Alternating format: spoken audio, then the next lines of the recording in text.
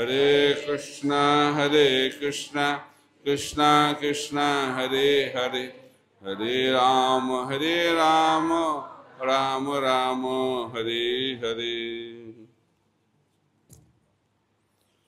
मुखं करोति वाचालं पङ्गुलङ्घयते गिरिं, यत्कृपातमहं वन्दे श्रीगुरुं दीनतारिणं, परमानन्दमाधवं श्रीचैतन्य ईश्वरम्।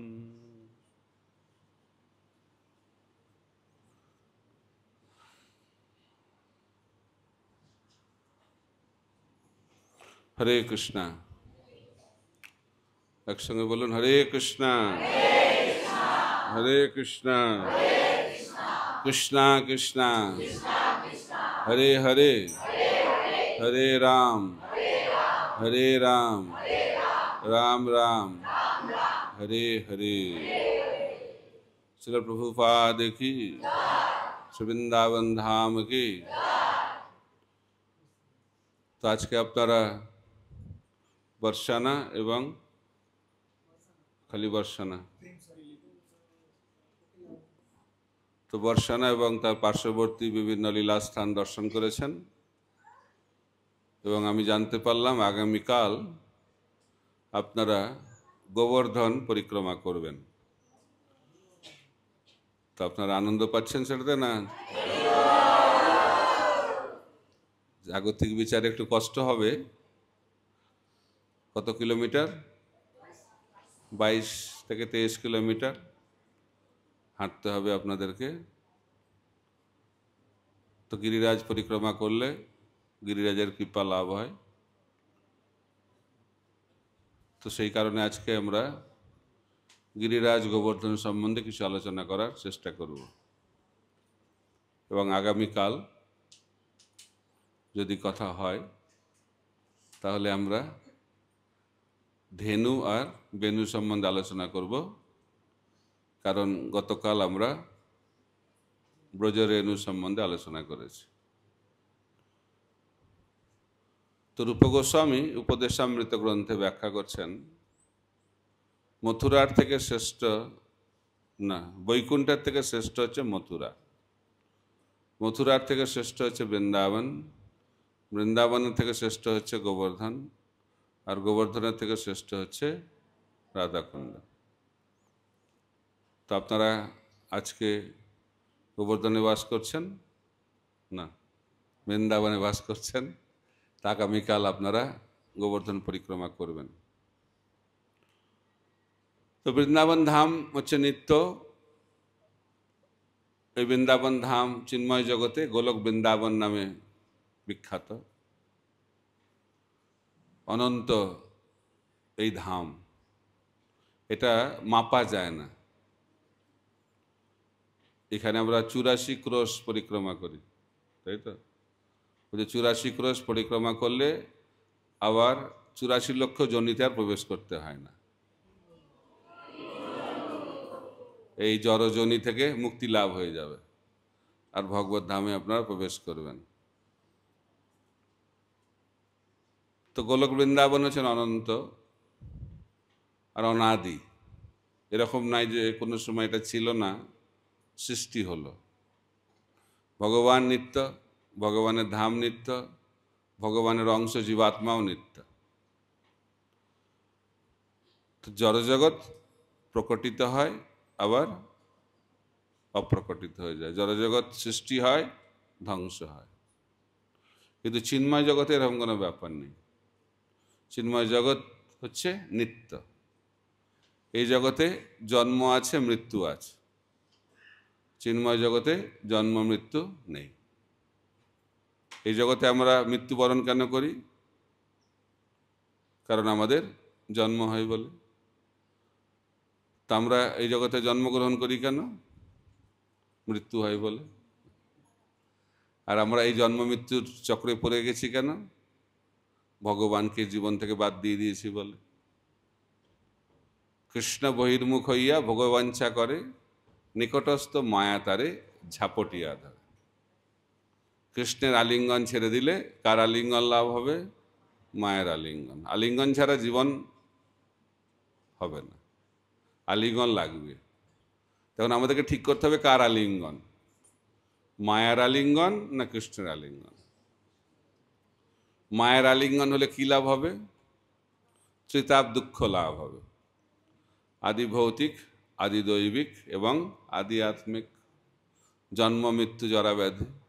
যাদের এটা ভালো লাগে তারা মায়ার আলিঙ্গন স্বীকার করবে, আর যাদের এটা ভালো লাগে না, যাদের আনন্দ পছন্দ, জন্ম মৃত্যু জরাব্যাধির প্রকোপ থেকে যারা মুক্ত হতে চায়, যারা আদি ভৌতিক, আদি দৈবিক, আদি আত্মিক ক্লেশ থেকে নিষ্কৃতি পেতে চায়, তো তাদেরকে কি করতে হবে? কৃষ্ণের আলিঙ্গন লাভ করতে হবে। আর কৃষ্ণ রেডি আছে আলিঙ্গন দেওয়ার জন্য, কিন্তু আমরা রেডি না তার আলিঙ্গন নেওয়ার জন্য, এটাই সমস্যা। তো কৃষ্ণ ভাবনামৃত মানে ভগবানকে বলা, হে ভগবান, অনেক দিন ধরে ভুল করেছি, আর এই ভুল আমি করতে চাই না, দয়া করে আপনি আপনার প্রেম আলিঙ্গন প্রদান করুন, যাতে করে আমি মায়ার আকর্ষণ থেকে মুক্ত হতে পারি। তাই গোলক বৃন্দাবন হচ্ছে নিত্য ধাম, ভগবানের সর্বশ্রেষ্ঠ ধাম। তো রাধারানী কৃষ্ণকে বলছেন যে আমি একটা নিভৃত স্থান চাই, যেখানে আমরা একান্তে লীলাবিলাস করতে পারি। কোথায় বলছে? গোলক বৃন্দাবনে। এটা আমাদেরকে জানানোর জন্য, কারণ কৃষ্ণের হৃদয় থেকে প্রকটিত হয়েছে গোবর্ধন, প্রকটিত হয়েছে, বাড়তে থাকছে, এত বড় হয়ে গেছে পুরো মনে হচ্ছে পুরো গোলক বৃন্দাবনটাকে দখল করে নেবে, এত বড়। তো আজকে আমি পড়ছিলাম যে গোলক বৃন্দাবনে যে গোবর্ধন, তার নাম হচ্ছে শতশৃঙ্গ পর্বত। শতশৃঙ্গ মানে 100টি শৃঙ্গ রয়েছে, শতশৃঙ্গ। শৃঙ্গর আর কি শব্দ হবে? চূড়া।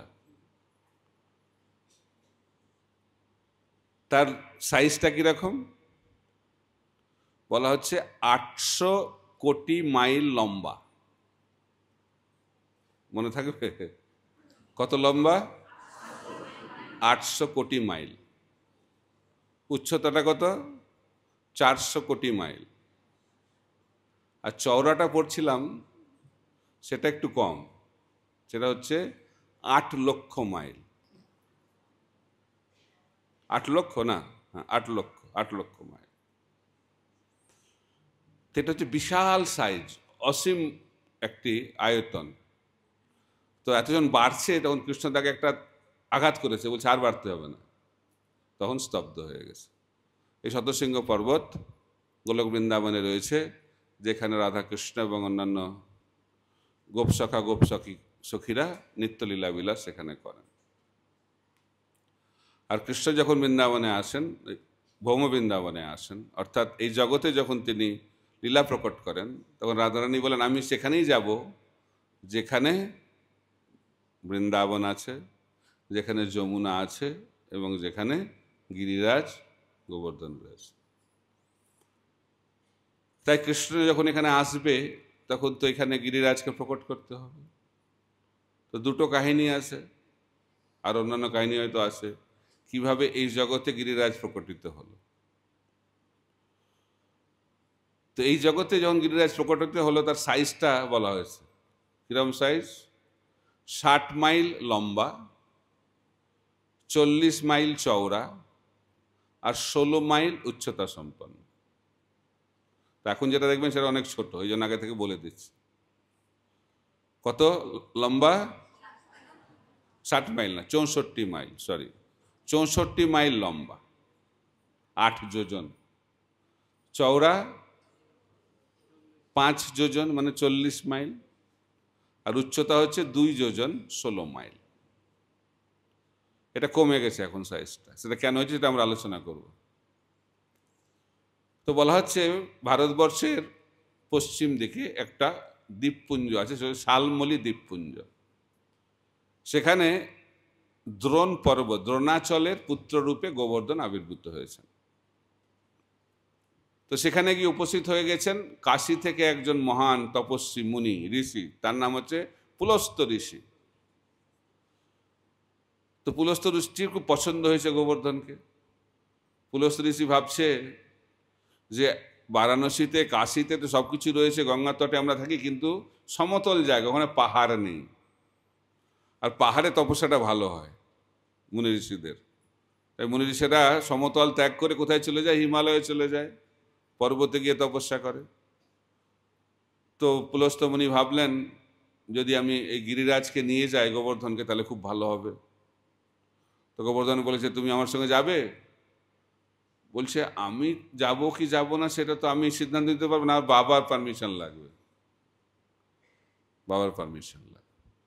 আগেকার দিনে ছেলে মেয়েরা খুব অনুগত ছিল, এখন তো অতটা অনুগত থাকে না। তো বাবার কাছে গেছে, বাবা হচ্ছে কে? দোনাচল পর্বত। তো দোনাচলকে বলেছে আমি নিয়ে যাবো, তো বলছে না অন্য কিছু চান? বলছে আমি যেটা চাইছি সেটা দাও, নাহলে অভিশাপ দিয়ে দেওয়া হবে। তো ব্রাহ্মণের অভিশাপের ভয়ে বলছে ঠিক আছে ঠিক আছে নিয়ে যান। খুব দুঃখ হয়েছে, ছেলে চলে যাবে। তো গোবর্ধন বলেছে আমি যাব, কিন্তু একটা শর্ত রয়েছে, আপনি যেখানে আমাকে রাখবেন সেখান থেকে আর আমি সরব না। ঠিক আছে কোনো অসুবিধা নেই। তো গিরিরাজ একদম হালকা হয়ে গেছে একদম। পুলস্ত মুনি আকাশ পথে যাচ্ছে, এয়ারলাইন, গোবর্ধন এয়ারলাইন, ঠিক আছে।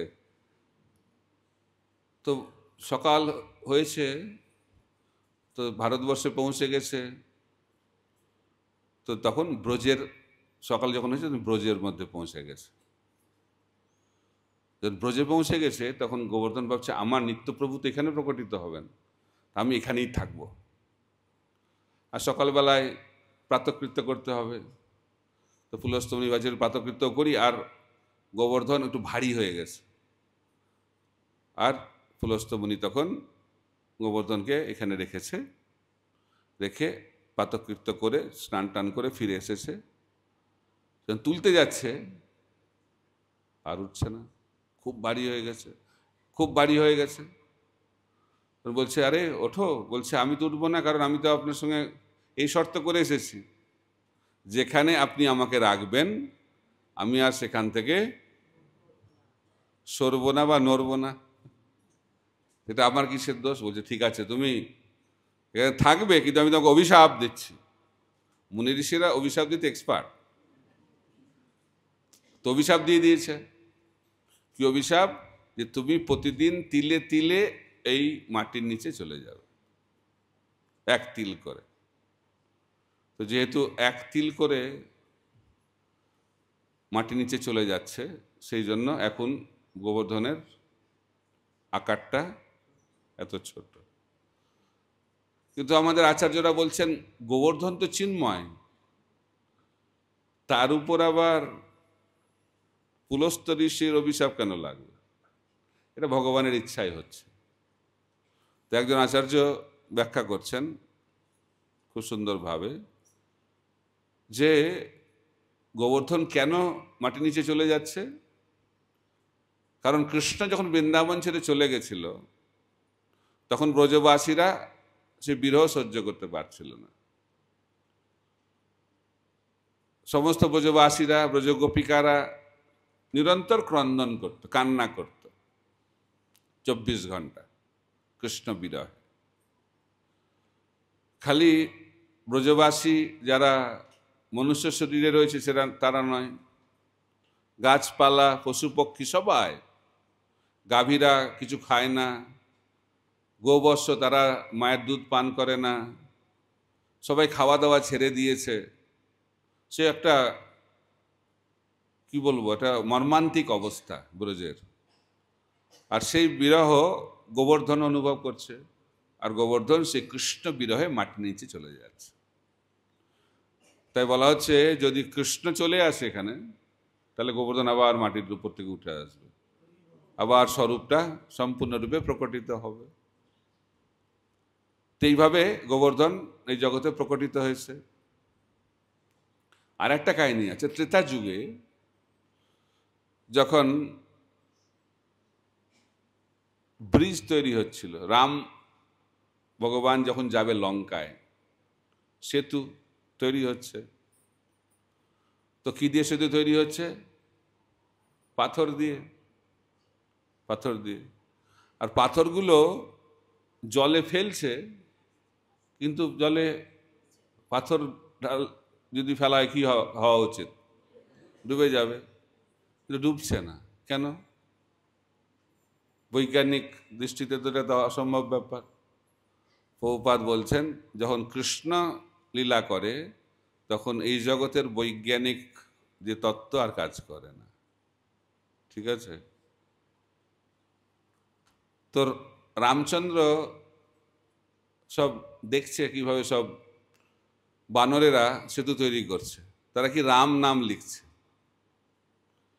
পাথরের মধ্যে, পাথরের উপরে নাম, রাম নাম লিখছে, আর জলে ফেলছে, ভাসছে। তো কৃষ্ণ, রাম ভাবছে যে আমি একটু করে দেখি। তো রাত্রেবেলায় পাথর ফেলেছে, ডুবে গেছে।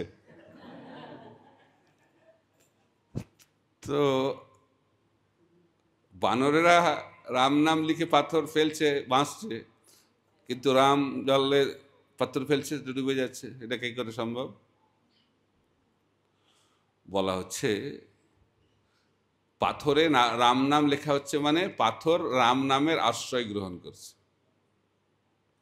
তো যে ব্যক্তিত্ব রামের আশ্রয় গ্রহণ করবে সে ভেসে যাবে। আর পাথরকে ত্যাগ করলো না রাম, তো রাম যদি পাথরকে ত্যাগ করে তার কি হবে? ডুবে মরবে। তাই আমাদেরকে রামের আশ্রয় গ্রহণ করতে হবে। আর রাম যদি আমাদেরকে ত্যাগ করে তাহলে কি হবে? ডুবে মরতে। আমরা যেমন মায়ার যে কি বলে, এই সংসারে, এই মায়ার যে সমুদ্রে হাবুডুবু খাচ্ছি।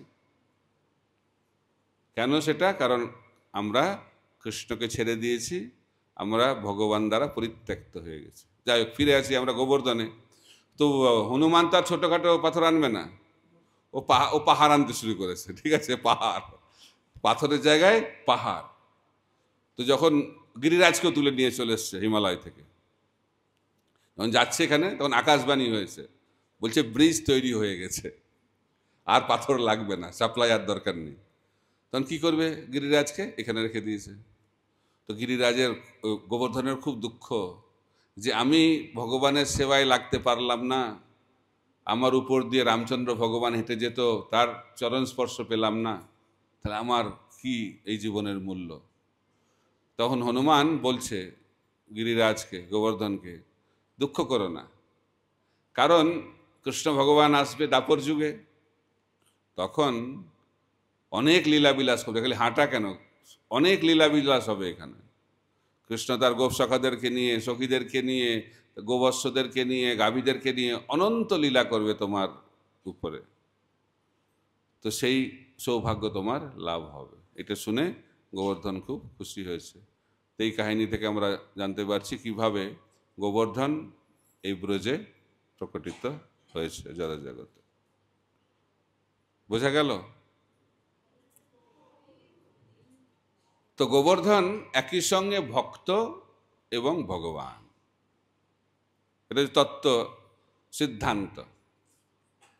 গোবর্ধন একই সঙ্গে ভগবান, সাক্ষাৎ কৃষ্ণ, আর একই সঙ্গে ভক্ত, দুটি তত্ত্ব একসঙ্গে রয়েছে। আর গোপীরা শ্রীমদ্ ভাগবতে দশম স্কন্ধে বলছেন গিরিরাজ গোবর্ধন হচ্ছে সর্বশ্রেষ্ঠ ভক্ত। এখন গৌড়ীয় বৈষ্ণবদের জন্য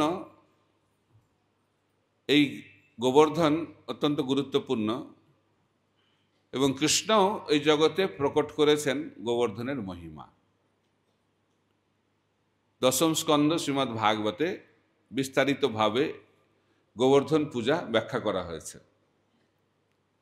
তো আমরা সেটা একটু আলোচনা করব, তারপরে আমরা গোবর্ধন পরিক্রমার বিভিন্ন লীলাস্থলী সম্বন্ধে কিছুটা আলোচনা করার চেষ্টা করব। তো ইন্দ্র যজ্ঞ করে কারা? ব্রজবাসীরা। তো অনেক বছর ধরে করে, তো এক বছর কৃষ্ণ জিজ্ঞেস করছে তার বাবা নন্দ মহারাজকে, কারণ খুব ব্যবস্থাপনা চলছে, বিরাট যজ্ঞ অনুষ্ঠান, তো জিজ্ঞেস করছে বাবাকে কি হচ্ছে, বাচ্চা ছেলে কৃষ্ণ। বাবা বলছে না না না, মানে এড়িয়ে যাওয়ার চেষ্টা করছে, বলছে না আমি তো তোমার ছেলে, আমাকে তোমার বলা উচিত, লুকিয়ে রাখা ঠিক না। তখন বলেছে যে ইন্দ্র পূজা আমরা করছি, ইন্দ্রযজ্ঞ হবে। কেন ইন্দ্রযজ্ঞ হবে? বলছে আমরা তো গোপ, আর আমাদের সব কিছু নির্ভর করে বৃষ্টির উপর, আর বৃষ্টির দেবতা হচ্ছে ইন্দ্র, তাই আমরা ইন্দ্রকে সন্তুষ্ট রাখি। তখন কৃষ্ণ বোঝাচ্ছে কর্মমীমাংসা, নাস্তিক বাদ, ঠিক আছে, বোঝাচ্ছে কাকে? নন্দ মহারাজকে, যে কেন ইন্দ্রযজ্ঞ করা উচিত নয়। বলছে সমুদ্রে তো বৃষ্টি হয়, সেখানে কোন যজ্ঞ হয়? ওখানে কেন বৃষ্টি হয়? তো এইভাবে বিভিন্ন যুক্তি দিয়ে কৃষ্ণ নন্দ মহারাজকে বুঝিয়ে দিয়েছে যে ইন্দ্র যজ্ঞ করার কোনো প্রয়োজন নেই। তাহলে কি হবে, কি করতে হবে? বলছে আমাদের সমস্ত কিছু সরবরাহ করে হচ্ছে গোবর্ধন, গোবর্ধন থেকে আমরা সব কিছু পাই। তাই যদি পুজোই করতে হয় তাহলে কার পুজো করা দরকার? গোবর্ধনের পূজা করতে হবে, গাভীর পূজা করতে হবে এবং ব্রাহ্মণের পূজা করতে হবে। আর ইন্দ্র পূজা বন্ধ। তো ব্রজবাসীরা তো কৃষ্ণ যেটা বলে সেটাই মেনে নেয়, তো ইন্দ্র পূজা বন্ধ হয়ে গেল। আর কার পূজা শুরু হয়ে গেল? গোবর্ধনের পূজা। আর গোবর্ধনকে ভোগ লাগিয়েছে, বিস্তারিত বর্ণনা রয়েছে আনিও গ্রামে। এত খাইয়েছে, মানে বিরাট ব্যবস্থা। আর গোবর্ধন খাচ্ছে, সবাই দেখতে পাচ্ছে গোবর্ধন খাচ্ছে। আর গোবর্ধন আবার নিজের রূপও প্রকাশ করেছে, আর কৃষ্ণ প্রণাম করছে, আবার কৃষ্ণ নিজেকে নিজে প্রণাম করছে। তো এইভাবে তিনি প্রমাণ করলেন যে গিরিরাজ হচ্ছে সাক্ষাৎ ভগবান। তারপরে কৃষ্ণ ব্রজবাসীদেরকে নিয়ে, গাভীদেরকে নিয়ে পরিক্রমা করেছে, এই পরম্পরা। এদিকে তো খুব আনন্দ উৎসব হচ্ছে, গোবর্ধন পূজা হচ্ছে, খাওয়া দাওয়া হচ্ছে, প্রচুর খাওয়া দাওয়া। কিন্তু ইন্দ্র ভাবছে কি ব্যাপার, আজকে তো আমার পুজো যজ্ঞের তিথি, কি ব্যাপার, কি হয়েছে, খবর নিয়ে আসো। ইন্টেলিজেন্স রিপোর্ট দিয়েছে যে ইন্দ্র পুজো বন্ধ হয়ে গেছে। আর তো দেখে কে, ইন্দ্র একদম অত্যন্ত ক্রোধান্বিত হয়েছে, বলছে এই ব্রজবাসীদের মাথাটা খারাপ হয়ে গেছে, তাদের বুদ্ধি নাশ হয়েছে। একটা বাচ্চা ছেলের কথায় তারা আমার পুজো বন্ধ করে দিয়েছে, দেখছি কি করা যায়। কাকে ডেকেছে? সম্বর্তক মেঘকে ডেকেছে। সম্বর্তককে ডেকেছে। সম্বর্তক মেঘ মানে হচ্ছে প্রলয়ের সময় যে মেঘকে ব্যবহার করা হয় ধ্বংস কার্যে, তাকে ডেকেছে। বলছে ধ্বংস করে দাও বৃন্দাবনকে, শিক্ষা দিতে হবে। তো বৃষ্টি শুরু হয়ে গেছে। কিরকম বৃষ্টি? বৃষ্টি ফোঁটা পড়ছে না, ছোট ফোঁটা বড় ফোঁটা না, কিভাবে বৃষ্টি পড়ছে? পিলারের মতো বৃষ্টি পড়ছে। বুঝছে কিরকম বৃষ্টি? পিলারের মতো। প্লাবিত হয়ে গেছে পুরো বৃন্দাবন। তো এখন ব্রজবাসীরা কি করবে? ব্রজবাসীদের জীবনে সবসময় বিপদ, তাই তো? আর কৃষ্ণ আবির্ভূত হওয়ার পরে বেশি বিপদ। কৃষ্ণ আবির্ভাবের আগে তাদের জীবনটা অনেক শান্তিপূর্ণ ছিল। যেখানে কৃষ্ণ থাকবে সেখানে শান্তি থাকবে না। এই জন্য সবাই বলে কৃষ্ণকে দূরে রাখো। অর্জুন খুব ভালো ছিল, শান্ত ছেলে ছিল, গীতা শোনার পরেই মাথাটা খারাপ হলো। তাই গীতা পড়ো না, কারণ মানুষ জানে না আধ্যাত্মিক বিষয়টা।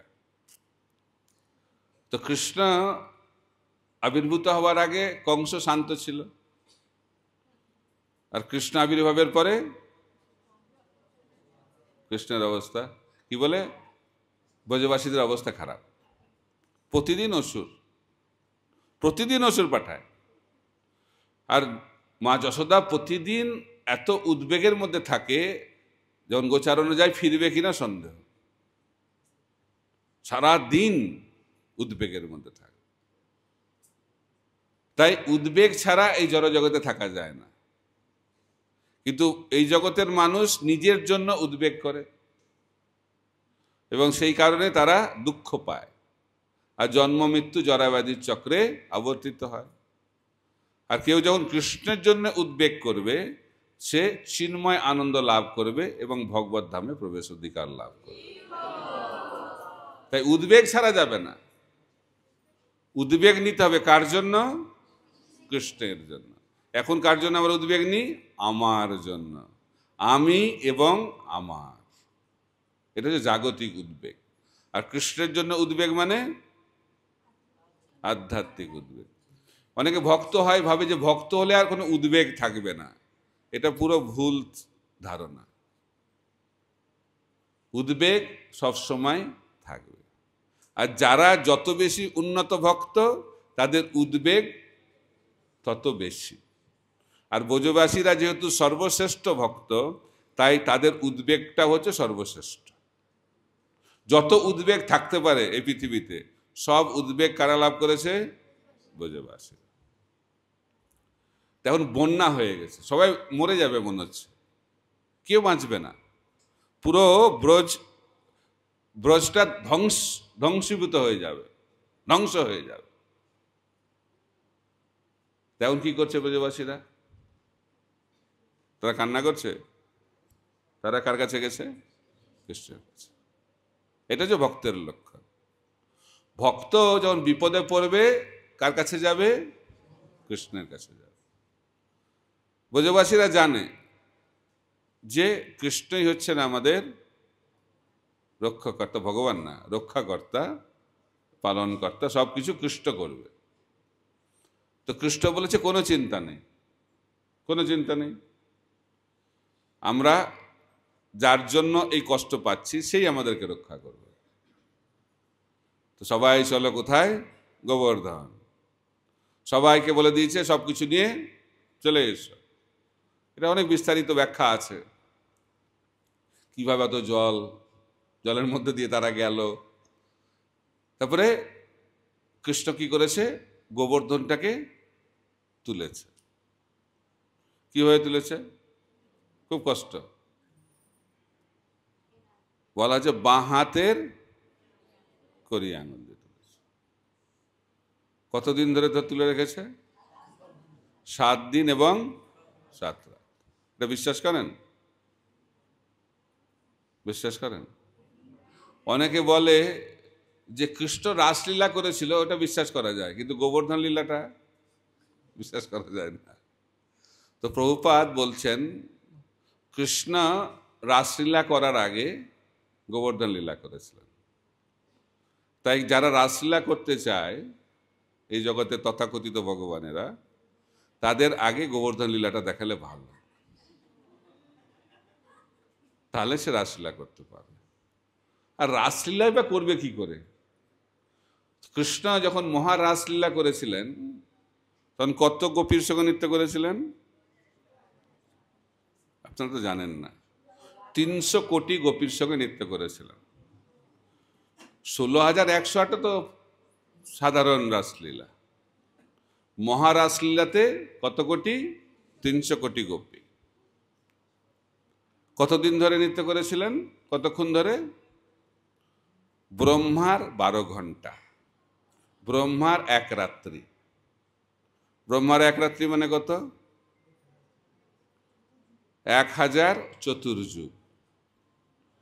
চতুর্যুগ মানে কত? 1 চতুর্যুগ মানে 43,20,000 বছর। 43,20,000কে 1000 দিয়ে গুণ করলে যত হয়, সেটি হচ্ছে ব্রহ্মার 1 রাত্রি। আর সেই সময় ধরে কৃষ্ণ ব্রজ গোপিকাদের সঙ্গে, মাত্র 300 কোটি গোপিকার সঙ্গে নৃত্য করেছিলেন। কেউ পারবে? কিন্তু অনেকে কৃষ্ণ শাস্তে চায়। তো গোবর্ধন ধারণ তো দূরের কথা, প্রভুপাদ বলছে 7 দিন একটা ইঁট তুলে ধরে থাকতে পারবে কিনা সন্দেহ। আর ভগবান হতে চায়। 7 দিন 7 রাত তুলে ধরেছে। আর এত সুন্দর ব্যাখ্যা, পুরো গোবর্ধনের তলায় এরকম না যে সব মাটি, কাদা, জল, নোংরা, এরকম না, পুরো একটা অদ্ভুত পরিবেশ তৈরি হয়েছে, মনোরম পরিবেশ, রাজপ্রাসাদের মতো অবস্থা, আর পিকনিক চলছে। ঠিক আছে, আর কৃষ্ণ খুব খুশি হয়েছে। ব্রহ্ম বিমোহ লীলাতে কৃষ্ণ ব্রহ্মার প্রতি অসন্তুষ্ট ছিলেন, কিন্তু এই লীলাতে ইন্দ্রের প্রতি সন্তুষ্ট ছিলেন। কেন? ব্রহ্ম বিমোহ লীলাতে ব্রহ্মা তার ভক্তদেরকে কৃষ্ণ থেকে আলাদা করে দিয়েছিলেন, কিন্তু ইন্দ্র এই কার্যের মাধ্যম দিয়ে সমস্ত ব্রজবাসীকে একত্রিত করে দিয়েছেন গোবর্ধনের তলায়, এবং সেটাতে কৃষ্ণ খুব সন্তুষ্ট, কারণ একই সঙ্গে সমস্ত রসের ভক্তরা কৃষ্ণের সঙ্গে থাকতে পারছে 7 দিন 7 রাত্রি, এটা অসম্ভব। কিন্তু এই গোবর্ধন লীলার মাধ্যম দিয়ে আমরা দেখতে পাচ্ছি কৃষ্ণ দেখাচ্ছেন যে তার পক্ষে কিছুই অসম্ভব নয়। এই 7 দিন 7 রাত তিনি অনেক লীলা বিলাস করেছেন, তার বিস্তারিত বিবরণ বিভিন্ন শাস্ত্রে ব্যাখ্যা করা হয়েছে। সময় যেহেতু কম, সেই জন্য আমরা সেই বিস্তারিত বিবরণে যাচ্ছি না। আর ইন্দ্র দেখতে এসছে যে কি ব্যাপার, তো নিচে তো ব্রজবাসীর আনন্দ করছে, আর পাহাড়টাকে এত উপরে তুলে দিচ্ছে, পাহাড়ের উপরেও যারা আছে মেঘের উপরে, তারাও পিকনিক করছে, ওপরেও পিকনিক চলছে, নিচেও পিকনিক চলছে। আর এত ঝড়ের যে স্পিড, এখন তো আপনার অনেক সাইক্লোন, তার থেকে অনেক গুণে বেশি গতিসম্পন্ন ঝড় হচ্ছে। বলছে যে গোবর্ধনের উপরে কোনো গাছ, তাদের একটা পাতাও নড়ছে না। বুঝে যাচ্ছে? এটা হচ্ছে ভগবানের অচিন্ত শক্তি। তা ইন্দ্র সেটা দেখে ভাবছে কি হয়ে গেল। তারপরে ইন্দ্র নিজের ভুল বুঝতে পেরেছে, আবার একটা ভুল হয়ে গেল। তো ভুল হয়ে গেছে, তখন কৃষ্ণ তো বৃষ্টি সৃষ্টি সব থেমে গেছে, সবাই ফিরে গেছে নিজের জায়গায়। কৃষ্ণ অপেক্ষা করে আছে কার জন্য? ইন্দ্রের জন্য, কারণ কৃষ্ণ জানে ইন্দ্র আসবে। তখন ইন্দ্র ভাবছে যে আমি মুখ দেখাবো কি করে, এত বাজে কাজ করেছি, এখন কৃষ্ণের কাছে যাব কি করে? তো তাকে বুদ্ধি দেওয়া হয়েছে, তুমি সুরভিকে সঙ্গে নিয়ে যাও, গাভীকে সঙ্গে নিয়ে যাও, কারণ কৃষ্ণ গাভীকে খুব পছন্দ করে, গাভীকে দেখলে মনটা খুশি হয়ে যাবে, আর তোমার যে অপরাধটা ক্ষমা করে দেবে। খুব সুন্দর বুদ্ধি। তো শুনে লেজ ধরে এসেছে ইন্দ্র, মুখ লুকিয়ে আছে পেছনে। তো তারপরে ইন্দ্র ক্ষমা চেয়েছে, ভগবান ক্ষমা করেছেন, তারপরে ভগবানকে অভিষেক করেছে এবং ভগবানের নাম দেওয়া হয়েছে গোবিন্দ। আর যেহেতু সেখানে এত সুন্দর অভিষেক হয়েছে এবং সেই অভিষেকের ফলে একটি কুণ্ড তৈরি হয়েছে, সেই কুণ্ডের নাম হচ্ছে গোবিন্দ কুণ্ড। তো সেখানে আপনারা যাবেন কাল, যখন গোবর্ধন পরিক্রমা করবেন। তো সেটা প্রকটিত হয়েছিল সেই সময়। ইন্দ্র সুন্দরভাবে অভিষেক করার মাধ্যম দিয়ে এই গোবিন্দ কুণ্ড এই জগতে প্রকটিত হয়। তো পরিক্রমা, গোবর্ধন পরিক্রমা হচ্ছে আমাদের একটি ভক্তির অঙ্গ। কি অঙ্গ? কি অঙ্গ? কোনটা? পাদসেবনম। নববিধা ভক্তি আছে তো, শ্রবণম কীর্তনম বিষ্ণু স্মরণম পাদসেবনম অর্চনম বন্দনম দাস্যম সখ্যম আত্মা নিবেদনম। তো গোবর্ধনকে কিভাবে আমরা আরাধনা করব? পরিক্রমা করার মাধ্যমে। আমরা কালকে আলোচনা করছিলাম মহাপ্রভুকে কিভাবে আরাধনা করতে হয়, হরিনাম সংকীর্তনে নিত্য করতে হবে। জগন্নাথকে কিভাবে আরাধনা করতে হয়, জগন্নাথ মহাপ্রসাদ আস্বাদনের মাধ্যম দিয়ে। বৃন্দাবনকে কিভাবে আরাধনা করতে হয়, কালকে বললাম, এতক্ষণ ধরে ভুলে গেছেন, ব্রজ ধুলিতে গড়াগড়ি খেতে হবে। আর গোবর্ধনের কৃপা লাভ করতে গেলে কি করতে হবে? গোবর্ধন পরিক্রমা করতে হবে। তো কৃষ্ণ নিজে পরিক্রমা করেছেন, গোবর্ধন নিজে পুজো করেছেন আর নিজে পরিক্রমা করেছেন। তারপরে চৈতন্য মহাপ্রভু তিনি যখন এসেছিলেন বৃন্দাবনে, তিনি বৃন্দাবনে কতদিন ছিলেন? 2 মাস ছিলেন। তিনি কার্তিক পূর্ণিমার সময় পরিক্রমা করেছেন দ্বাদশ বন। 48 বছর এই জগতে ছিলেন, কিন্তু 2 মাস বৃন্দাবনে কাটিয়েছেন। কিন্তু তিনি সবসময় বৃন্দাবনে থাকতেন। কেন? তার মনটা বৃন্দাবনে পরিণত হয়েছে। কারণ মহাপ্রভু বলছেন অন্যের হৃদয় মন, মোর মন বৃন্দাবন। তো কার মন বৃন্দাবন? যার মনটা 24 ঘন্টা বৃন্দাবনের চিন্তায় মগ্ন। তো তিনি পরিক্রমা করলেন। তারপরে ওনার গুরুদেব ঈশ্বরপুরী পরিক্রমা করলেন, মাধবেন্দ্রপুরী পরিক্রমা করলেন। সনাতন গোস্বামী তিনি তো প্রতিদিন পরিক্রমা করতেন। আর তিনি যে পরিক্রমাটা করতেন আমাদের মতো না, আর একটা বড় পরিক্রমা আছে, আমরা তো ছোটটা করছি, তিনি বড় পরিক্রমা করতেন। আর বয়স হয়ে গেছে সেই সময় পরিক্রমা করতেন। তখন গিরিরাজ বললেন যে তোমার বয়স হয়ে গেছে, এখন পরিক্রমা করতে হবে না, এত বৃদ্ধ বয়স। তো একটা গোবর্ধন শিলা পেয়েছে, যেটা রাধা দামোদর মন্দিরে আছে, সেটা পরিক্রমা করলেই গোবর্ধন পরিক্রমার ফল লাভ হয়। ঠিক আছে? তারপরে ছিল ভক্তি সিদ্ধান্ত সরস্বতী প্রভুপাদ পরিক্রমা করেছেন। অভয়চরণ অরবিন্দ ভক্তি বেদান্ত স্বামী শিল প্রভুপাদ 1977 সালে ওনার অপ্রকটের কিছুদিন আগে গোবর্ধন পূজা, বলছে আমি গোবর্ধন পরিক্রমা করব। তার মাধ্যম দিয়ে তিনি দেখাচ্ছেন জগৎবাসীকে গোবর্ধন পরিক্রমা করা কত গুরুত্বপূর্ণ। তাই আপনারা অত্যন্ত ভাগ্যবান যে আগামীকাল আপনারা গোবর্ধন পরিক্রমা করবেন। তো বিভিন্ন জায়গা থেকে গোবর্ধন পরিক্রমা করেন, মহাপ্রভু করেছিলেন যেখান দিয়ে, সেখান দিয়ে আপনারা করবেন না, হয়তো কোনো অসুবিধা নেই। তো কিছু কিছু স্থান আছে অত্যন্ত গুরুত্বপূর্ণ স্থান। তো প্রথম স্থানটা হচ্ছে কুসুম সরোবর। খুব সুন্দর একটি জায়গা, কুসুম সরোবর। কুসুম মানে পুষ্প, এখনো তো ফুল নাই যদিও, কিন্তু সেখানে রাধারানী এবং গোপিকারা এসে কি করেন? ফুল চয়ন করে সেই মালা নিয়ে কোথায় যান? রাধাকুণ্ডে। সেখানে শ্যামসুন্দরকে সেই মালা পরিয়ে তারা লীলাবিলাস করেন। তো একদিন কি হয়েছে, রাধারানী ফুল তুলছে, তো কিছু ফুল একটু উঁচুতে আছে, কিন্তু রাধারানী হাত পাচ্ছে না, কি করবে? তো কৃষ্ণ সেখানে এসেছে। কৃষ্ণ তো সবসময় অন্য বুদ্ধি মাথায়, তো কি করেছে? উপরে বসে আছে, লুকিয়ে আছে, রাধারানী দেখতে পায়নি। আর ডালটাকে যে একটু নিচু করে দিয়েছে, আর রাধারানী খুব আরাম করে ধরেছে ডালটাকে, আর ফুল তুলছে। যখন ধরে ফুল তুলছে, সঙ্গে সঙ্গে ছেড়ে দিয়েছে কৃষ্ণ, আর রাধারানী ঝুলছে উপরে, আর কৃষ্ণ সেটা দেখে খুব আনন্দ পাচ্ছে। সেটা কুসুম সরোবরে হয়েছে। আর অনেক এখানে লীলা হয়েছে। তো আমাদের জন্য যেটা গুরুত্বপূর্ণ, নারদ মুনি ভাবছে যে আমি রাসনৃত্য দেখব, খুব ইচ্ছা। তো মহাদেবের সঙ্গে কথা বলছে।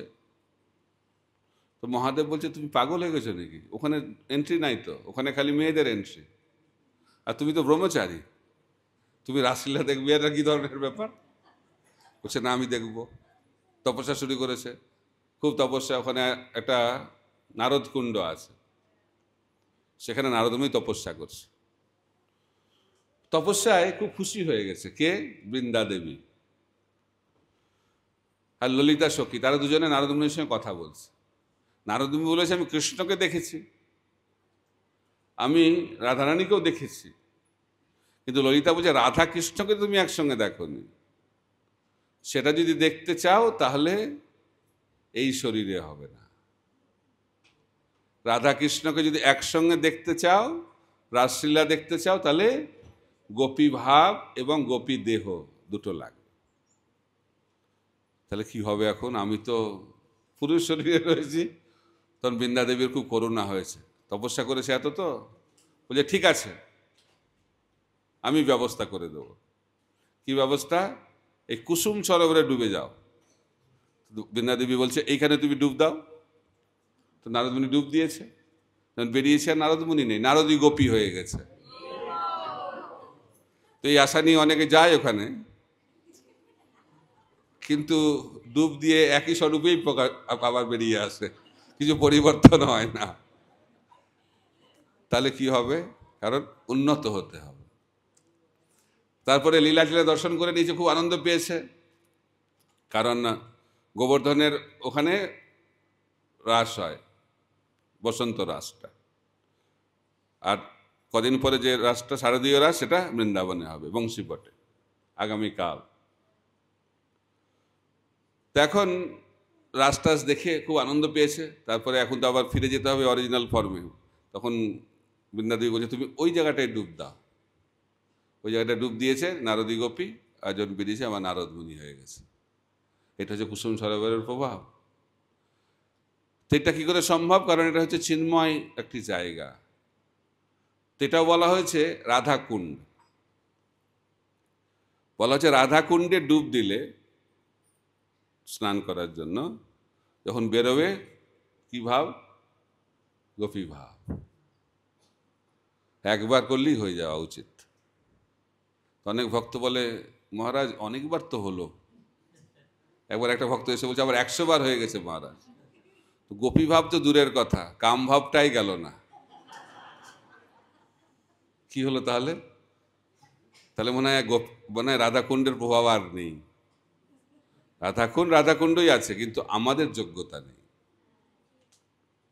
তো একজন আচার্য ব্যাখ্যা করছেন, যে ভক্ত ভাব ভক্তি স্তরে থাকবে, সেই ভক্ত যদি রাধাকুণ্ডে স্নান করে, তখন যখন বেরোবে রাধাকুণ্ড থেকে স্নান করে, তার প্রেম ভক্তি লাভ হয়। তাই রাধাকুণ্ডে স্নান করার জন্যও যথার্থ যোগ্যতার প্রয়োজন। আমরা করতে পারি, কোনো অসুবিধা নেই, কিন্তু যথার্থ ফল লাভ করতে গেলে আমাদের যোগ্য ব্যক্তিতে পরিণত হতে হবে।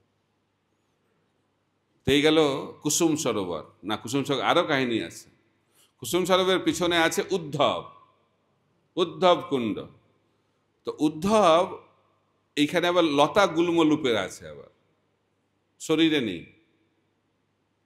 উদ্ধব হিমালয়ে আছে নিজের স্বরূপে, কিন্তু এখানে কি স্বরূপে আছে? লতা গুল্ম। কেন? উদ্ধব ভাবতো যে সে খুব বড় ভক্ত, কৃষ্ণ সেটা জানতে পেরেছে। উদ্ধব মহান ভক্ত, ব্রজের বাইরে উদ্ধবই যে সর্বশ্রেষ্ঠ ভক্ত, কিন্তু সে ভোজবাসীদের মাহাত্ম্য জানে না। তো যখন কান্নাকাটি হচ্ছে অনেক বৃন্দাবনে, সমস্ত ব্রজবাসীরা সারাদিন কান্না করে, আর কিছু কাজ নেই, কৃষ্ণ বিরহে খালি কান্না, এটাই সেবা। তো কৃষ্ণ খুব দুঃখ পেয়েছে, তো কাউকে পাঠাতে হবে। তো কাকে পাঠাবে? উদ্ধবকে পাঠিয়েছে। কিসের জন্য পাঠিয়েছে? কান্না বন্ধ করানোর জন্য। উদ্ধব এসেছে কান্না বন্ধ করাতে, আর ও তো জানে না কি সেবাতে এসেছে। তো এসে দেখছে আরে সবাই তো কৃষ্ণ বিরহে ক্রন্দন করছে, আর কৃষ্ণ বিরহে ক্রন্দন করাটা হচ্ছে ভক্তি জীবনের সর্বশ্রেষ্ঠ স্থিতি। এই জগতে মানুষ কেন কান্না করে? কেন কান্না করে? আমার এটা চলে গেল, এটা হারিয়ে গেল, বাবা মরে গেছে, মা মরে গেছে, দাদু মরে গেছে, জ্যাঠা মরে গেছে, সব কিছু আমরা হারাই যখন জাগতিক, তখন আমরা কান্না করি। কিন্তু এরা তো আর জাগতিক কিছু হারিয়েছে বলে কান্না করছে না। কি জন্য কান্না করছে? কৃষ্ণকে হারিয়েছে বলে। কৃষ্ণকে হারিয়ে কান্নাটা হচ্ছে আমাদের সিদ্ধি। তো উদ্ধব ভাবছে এদেরকে আমি কি জ্ঞান দেব, আর জ্ঞান দিয়ে তো কোনো কাজ হবে না। বুঝে গেছে, তখন তাদেরকে বলছে আমার এই জ্ঞানে যখন কাজ হবে না, তখন বলছে আরো বেশি কান্না করো। কিন্তু তার মধ্যে একটা ইচ্ছা জন্মেছে যে এই ব্রজগোপিকারা এত শ্রেষ্ঠ ভক্ত, তাদের কৃপা আমি লাভ করতে চাই। কীভাবে সে কৃপা লাভ হবে? তাদের চরণধুলি যদি আমার মাথার উপর পড়ে, তাহলে আমার জীবন সার্থক হবে। তো কীভাবে আমি সেই চরণধুলি পাবো? আমি যদি লতা গুল্মরূপে থাকি, তাহলে যখন গোপিকারা ক্রন্দন করবে কৃষ্ণ বিরহে, তখন আমার শরীরের উপর দিয়ে হাঁটবে, তখন সেই গোপিকাদের আমি চরণধুলি লাভ করে আমার জীবনকে ধন্য করতে পারব। সেই জন্য উদ্ধব এখন লতা গুল্ম রূপে রয়েছে ওখানে উদ্ধব কুণ্ডে। তো সে কখন জাগবে, স্বরূপে আসবে যখন সেখানে হরিনাম সংকীর্তন হবে। তো বলা যখন কৃষ্ণের গুণকীর্তন হবে তখন উদ্ধব তার আবার স্বরূপটা লাভ করবে, কারণ কৃষ্ণ অপ্রকট হয়ে গেছে। কৃষ্ণ অপ্রকট হয়ে গেছে। এখন দ্বারকার যারা মহিষী তারা সেই যন্ত্রণা সহ্য করতে পারছে না, বিরহ যন্ত্রণা। তো অর্জুন খবর পেয়েছে যে কিভাবে যদি উদ্ধবের কাছ থেকে ভাগবত শ্রবণ করে মহিষীরা, তাহলে তাদের বিরহ চলে যাবে। তো নিয়ে এসেছে, কে নিয়ে এসেছে? পরীক্ষিত মহারাজ। পরীক্ষিত মহারাজ সব কাদেরকে নিয়ে এসেছে? সমস্ত মহিষীদেরকে নিয়ে এসেছে। কত মহিষী? 16,108 মহিষী। আর সবাই হচ্ছে ব্রজগোপিকাদের বিস্তার। রাধারানীর প্রকাশ হচ্ছে সত্যভামা, চন্দ্রাবলীর প্রকাশ হচ্ছে রুক্মিণী দেবী। এভাবে বিভিন্ন ব্রজের যারা গোপী তারা 16,108 মহিষী রূপে দ্বারকায় প্রকাশিত হয়েছে। তো তারা বিরহ সহ্য করতে পারছে না, তো নিয়ে এসেছে উদ্ধবের কাছে। তো উদ্ধব প্রকটিত হয়েছে। তো উদ্ধব বলছে আমি বলবো ভাগবত কথা, কিন্তু পরীক্ষিত মহারাজকে বলছে যে আপনি এখন এখান থেকে চলে যান, কারণ এখন কলি আপনার রাজ্যে প্রবেশ করেছে, এখন তাকে আপনাকে দমন করতে হবে, কলিকে দমন করুন। তো খুব দুঃখ পেয়ে গেছে, আরে এত সুন্দর আপনি ভাগবত কথা বলবেন, তা আমি শুনতে পারবো না, আমার জীবনটা তো বৃথা হয়ে যাবে। বলছে কোনো চিন্তা করবেন না, আপনাকে ভাগবত শোনানোর জন্য আসবেন মহান একজন ব্যক্তিত্ব, শুকদেব গোস্বামী। এবং শুকদেব গোস্বামী আপনাকে ভাগবত শোনাবেন এবং আপনার মাধ্যম দিয়ে এই জগতে ভাগবতের মহিমা প্রকাশিত হবে।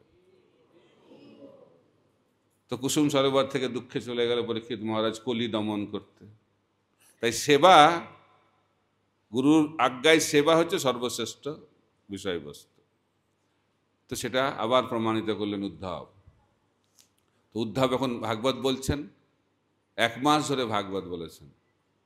তো ভাগবত শুনতে শুনতে শুনতে শুনতে যারা মহিষীরা ছিল তারা নিত্যলীলায় প্রবেশ করেছে। তাই ওখানে ভাগবত কথা করা একটা বিপজ্জনক ব্যাপার। যারা শুনবে তাদেরকে তো আর খুঁজে পাওয়া যাবে না, কারণ 16,108 মহিষীকার খুঁজে পাওয়া গেল না। তারা কোথায় চলে গেলেন? নিত্যধামে প্রবেশ করলেন। সেটা কোথায় হয়েছিল? কুসুম সরোবর। কিরকম বক্তা দেখুন উদ্ধব। তেই গেল কুসুম সরোবর। তো কুসুম সরোবর থেকে হাঁটতে হাঁটতে মানসী গঙ্গা, মানসী গঙ্গা থেকে হাঁটতে হাঁটতে কোথায়? গোবিন্দকুণ্ড। গোবিন্দকুণ্ডের পাশে আরেকটা যে সুরভি কুণ্ড, ওখানে যাওয়া হয়। সুরভি কুণ্ডে গিয়ে আমরা যদি প্রার্থনা করি সমস্ত অপরাধ থেকে আমরা মুক্ত হয়ে যাব, কারণ ইন্দ্র সুরভিকে নিয়ে এসেছিল। সুরভির মাধ্যম দিয়ে ইন্দ্রের অপরাধ মোচন হয়েছিল। তাই আমরা তো অপরাধ করতে খুব এক্সপার্ট। তো সেই কারণে যদি আমরা অপরাধ থেকে মুক্ত হতে চাই সিনসিয়ারলি, ঐকান্তিকভাবে, যদি আমরা উদ্ধব কুণ্ডে না, সুরভি কুণ্ডে গিয়ে যদি প্রার্থনা করি, তাহলে সেই অপরাধ থেকে আমরা মুক্ত হব। গোবিন্দকুণ্ডে আরেকটি লীলা হয়েছিল, অনেক লীলা। গোবিন্দকুণ্ডে লীলা হয়েছিল মাধবেন্দ্র পুরীর। মাধবেন্দ্র পুরী তিনি তো অযাচিত বৃত্তি, কেউ এসে যদি কেউ দেয় খেতে তাহলে খায়, নাহলে খায় না। তো পরিক্রমা করেছে, গোবর্ধন পরিক্রমায় গোবিন্দকুণ্ডের ওখানে বসে আছে, একটু তন্দ্রা এসেছে।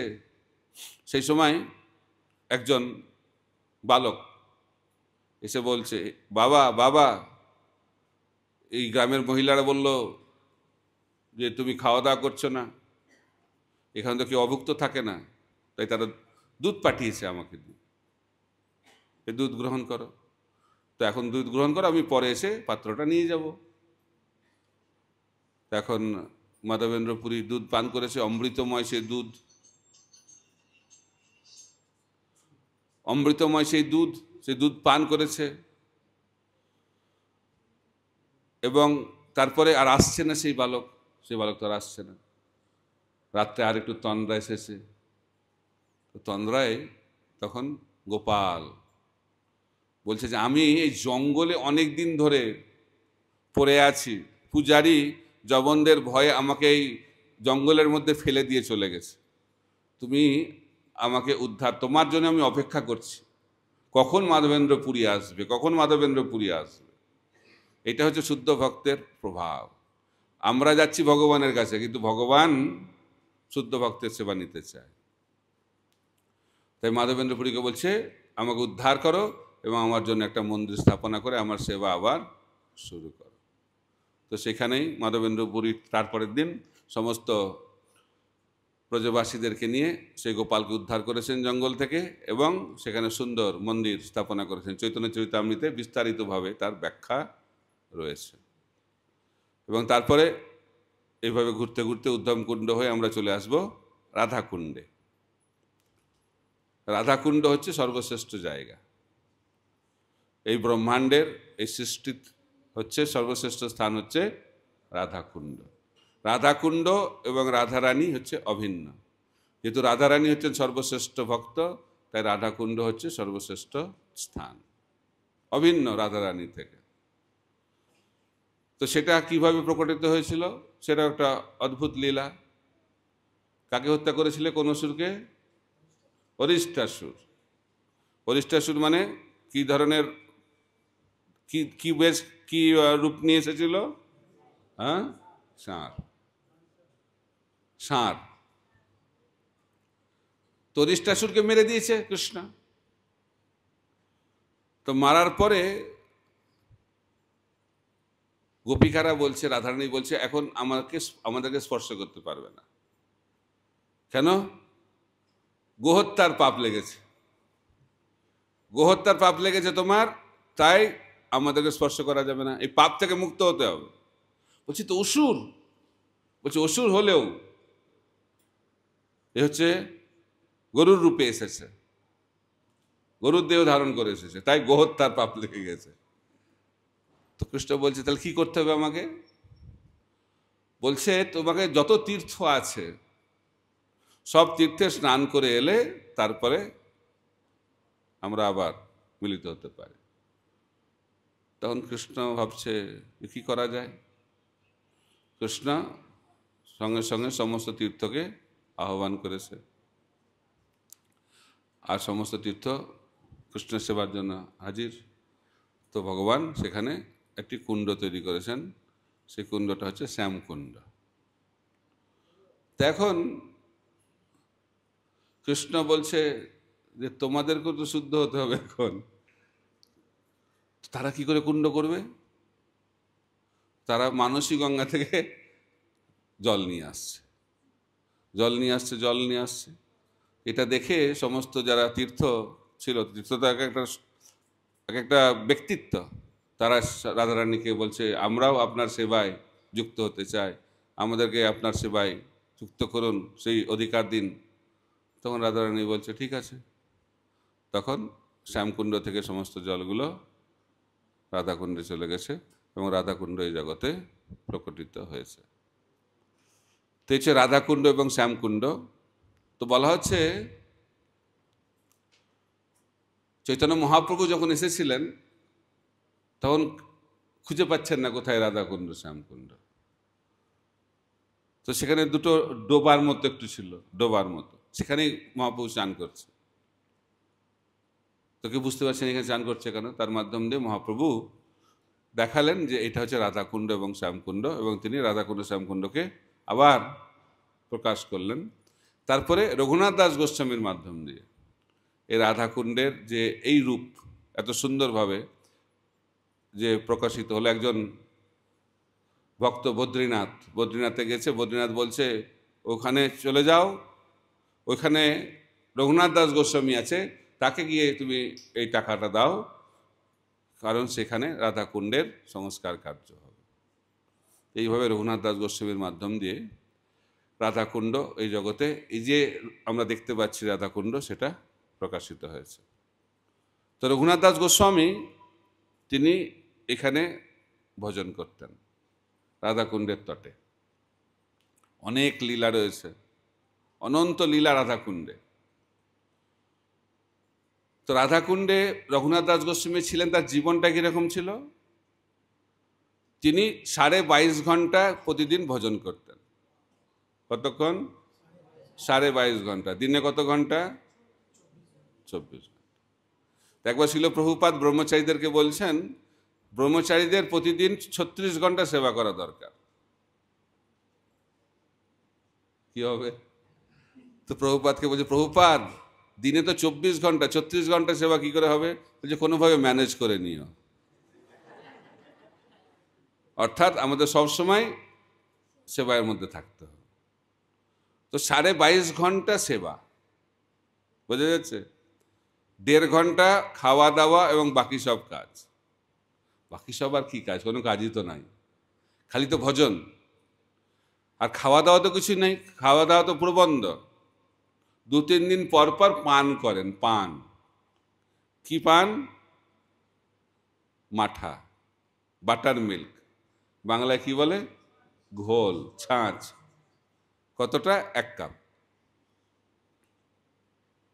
আর সেদিন রঘুনাথ দাস গোস্বামী আজকে অনেক ইন্দ্রিয় তৃপ্তি হয়ে গেল।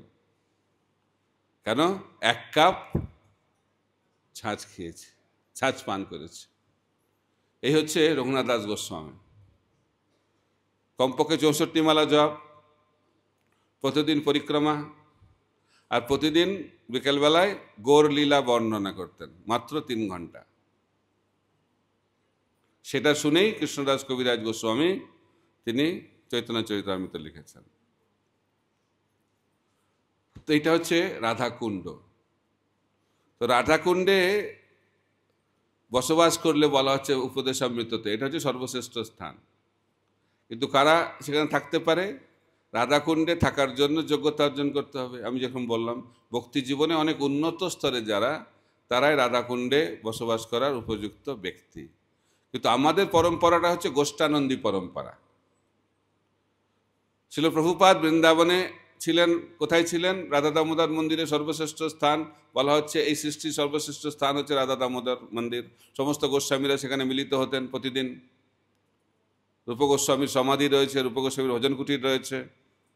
তো ছিল প্রভুপাদ সেখানেই রূপ গোস্বামীর দ্বারা আদিষ্ট হয়েছিলেন এবং বলেছিলেন যে কিভাবে পাশ্চাত্য জগতে প্রচার হবে। রূপ গোস্বামীর কৃপাতে তিনি প্রচার কার্য শুরু করলেন। বৃন্দাবনকে বাহ্যিক দৃষ্টিতে ছেড়ে চলে গেলেন।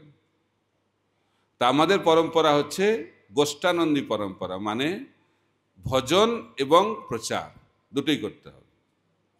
যারা ভজনানন্দী বৈষ্ণব তারা খালি ভজন করেন, কিন্তু যারা গোষ্ঠানন্দী বৈষ্ণব তারা ভজন করেন এবং তার সঙ্গে সঙ্গে কৃষ্ণ ভক্তির প্রচার করেন। তাই আমাদের বৃন্দাবনে থাকার থেকে গুরুত্বপূর্ণ হচ্ছে যে আমাদের মনটাকে বৃন্দাবনে পরিণত করতে হবে, আমাদের গৃহটাকে বৃন্দাবনে পরিণত করতে হবে। ধাম বাস বলা হচ্ছে পঞ্চাঙ্গ ভক্তি। রূপ গোস্বামী উপদেশামৃত এই ভক্তিরসামৃত সিন্ধু গ্রন্থতে বলছেন যে পঞ্চাঙ্গ ভক্তি হচ্ছে সর্বশ্রেষ্ঠ। সাধুসঙ্গ, নাম কীর্তন, ভাগবত শ্রবণ, মথুরা বাস, শ্রীমূর্তির শ্রদ্ধায় সেবন। এই 5টি অঙ্গের মধ্যে একটি অঙ্গ হচ্ছে মথুরা বাস। তাহলে সবাই মথুরাতে চলে আসতে হবে, বৃন্দাবনে থাকতে হবে, এটা এক ধরনের বিচার। কিন্তু ভক্তিবিনোদ ঠাকুর কি বলছেন? যেদিন গৃহে ভজন দেখি গৃহেতে গোলক ভাই। তাই 5 প্রকার বৃন্দাবনের কথা ব্যাখ্যা করা হয়েছে। প্রথম প্রকার বৃন্দাবন হচ্ছে গোলক বৃন্দাবন, যেখানে কৃষ্ণ ভগবান নিত্য লীলা বিলাস করছেন, গোলক বৃন্দাবন। তারপরে দ্বিতীয় হচ্ছে ভৌম বৃন্দাবন, যখন কৃষ্ণ এই জগতে আসেন এই বৃন্দাবনকে এই জগতে নিয়ে আসেন। আজ থেকে 5000 বছর আগে কৃষ্ণ এই বৃন্দাবনকে, ভৌম বৃন্দাবনকে এখানে প্রকট করেছিলেন। তারপরে 125 বছর লীলা বিলাস করার পরে কৃষ্ণ অপ্রকট হয়ে গেছেন, কিন্তু বৃন্দাবনটাকে এখানেই রেখে গেছেন, যেটা এখন আমরা দেখতে পাচ্ছি। এটা হচ্ছে 3 নম্বর, তৃতীয় প্রকার বৃন্দাবন। চতুর্থ ভক্তিবিনোদ ঠাকুর বলছেন যেদিন গৃহে ভজন দেখি গৃহেতে গোলক ভাই। যেখানে ভগবানের শুদ্ধ ভক্তরা থাকবে সেই জায়গাটায় বৃন্দাবন। রূপ সনাতন ছিলেন রামকেলি গ্রামে। রামকেলি গ্রামে বৃন্দাবন প্রকটিত হলো। ছিল ভক্তিযন্ত্র সচরাকুর প্রভুপাদ মায়াপুরে ছিলেন, সেখানে বৃন্দাবন প্রকটিত হলো। তাই মহাপ্রভু চেয়েছেন প্রতিটা গৃহ যেন বৃন্দাবনে পরিণত হয়। বৃন্দাবন মানে কি? যেখানে কৃষ্ণ হচ্ছেন জীবনের কেন্দ্রবিন্দু। যা কিছু করা হয় বৃন্দাবনে কৃষ্ণকে সন্তুষ্ট করার জন্য। আমরাও যদি আমাদের জীবনকে সেভাবে পরিচালিত করি, যেখানে আমরা থাকি, যা কিছু আমরা করব কৃষ্ণকে সন্তুষ্ট করার জন্য করব, তাহলে সেই জায়গাটাও বৃন্দাবনে পরিণত হবে। আর তারপরে পঞ্চম বৃন্দাবন হচ্ছে মহাপ্রভু জগন্নাথপুরীতে প্রকাশ করলেন। তিনি বললেন জগন্নাথের সামনে রথযাত্রার সময়, অন্যের হৃদয় মন, মোর মন বৃন্দাবন। তাই মনটা হচ্ছে বৃন্দাবন। কার? চৈতন্য মহাপ্রভু। শিল প্রভুপাদ ব্যাখ্যা করছেন, যে মন সবসময় কৃষ্ণ চিন্তায় মগ্ন, বৃন্দাবনের চিন্তায় মগ্ন, সেই মন হচ্ছে বৃন্দাবন। তো কারাগোলক বৃন্দাবনে যেতে পারবে? যাদের মনটা হচ্ছে বৃন্দাবন। তো মনটা কিভাবে বৃন্দাবনে পরিণত হবে? শ্রবণ করতে হবে। শ্রবণম কীর্তনম বিষ্ণু স্মরণম। কৃষ্ণ চিন্তা কার হবে? যারা নিয়মিতভাবে কৃষ্ণ কথা শ্রবণ করবে। আর কার কাছ থেকে শ্রবণ করতে হবে? যারা ভগবানের উন্নত ভক্ত, নিষ্কাম ভক্ত, তাদের মুখ থেকে কৃষ্ণ কথা শ্রবণ করতে হবে। তাহলে কি হবে? আমাদের হৃদয়ও নিষ্কাম হয়ে যাবে। আর নিষ্কাম হৃদয়ে প্রেম প্রকটিত হয়, সকাম হৃদয়ে কখনো প্রেম প্রকটিত হবে না। তাই আমাদেরকে কামনা বাসনা থেকে মুক্ত হতে হবে। কৃষ্ণ ভক্ত নিষ্কাম, অতএব শান্ত। ভক্তি মুক্তি সিদ্ধিকামী সকলেই অশান্ত। তাই কৃষ্ণ ভক্তের প্রধান লক্ষণ হচ্ছে কৃষ্ণ ভক্ত হচ্ছে নিষ্কাম। তাই আমাদেরকে সেই নিষ্কাম ভাব নিয়ে ভগবানের সেবা করতে হবে। তাহলে আমরা একদিন কৃষ্ণ প্রেম লাভ করতে পারবো। আর কৃষ্ণ প্রেম লাভ করলে আমরা বৃন্দাবনে প্রবেশ অধিকার লাভ করতে পারব। হরে কৃষ্ণ কৃষ্ণ কৃষ্ণ হরে হরে, হরে রাম রাম রাম হরে হরে। শ্রীল প্রভুপাদ কি জয়।